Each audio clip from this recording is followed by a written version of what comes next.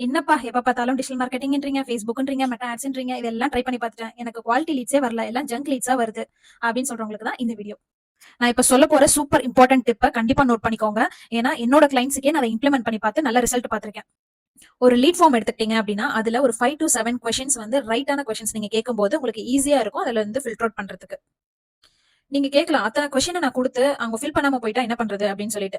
உண்மையாலுமே தேவை இருக்கவங்க கண்டிப்பா அந்த ஃபார்ம ஃபில் பண்ணுவாங்க. சோ இங்க இருந்து நமக்கு 2 விஷயம் தெரிய வரும். 1 அந்த கொஸ்டின்ஸ்க்கான ஆன்சர் எல்லாமே நமக்கு தெரிய வந்துரும். 2வது அவங்க இது எல்லாமே ஃபில் பண்ணி வர்றதுனால கண்டிப்பா உங்களுக்கு தேவை இருக்குன்னு அர்த்தம். அதனால அந்த லீட் வந்து குவாலிட்டியான லீடா தான் கண்டிப்பா இருப்பாங்க.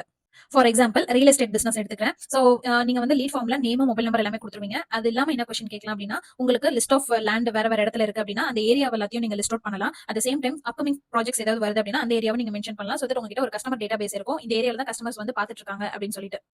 இன்னும் சில பேர் நிறைய டீடைல்ஸ் உங்ககிட்ட கேட்டிருந்திருப்பாங்க. அதுக்கப்புறம் பட்ஜெட் எனக்கு ஒத்து வரல அப்படின்னு சொல்லி ரிஜெக்ட் பண்ணிருப்பாங்க. சோ இத அவாய்ட் பண்றதுக்கு நீங்க கொஸ்டின்ஸ்லயே வந்துட்டு ஒரு கொஸ்டின் மென்ஷன் பண்ணலாம். What is your budget for property investment அப்படின்னு கேட்டுட்டு ஆப்ஷன்ஸ்ல உங்களோட ப்ராப்பர்ட்டியோட பட்ஜெட் 50 lakhs அப்படின்னாக்கா அவங்களோட பட்ஜெட் என்னன்னு கேட்டு 50 to 60 lakhs or 60 to 70 lakhs இந்த மாதிரி நீங்க ஆப்ஷன்ஸ் கொடுக்கும்போது அதுலயும் உங்களுக்கு ஈஸியா ஃபில்டர் அவுட் ஆயிடுவாங்க. உங்களோட பிசினஸ்க்கு என்ன மாதிரி குவாலிட்டி கொஸ்டின்ஸ் கேட்கலாம் அப்படின்னு டவுட் இருந்தது அப்படின்னா கமெண்ட்ல சொல்லுங்க உங்களோட பிசினஸ் டீடைல்ஸ். அண்ட் மறக்காம மனித டிஜிட்டல் ஏஜென்சி பேஜை ஃபாலோ பண்ணிக்கோங்க.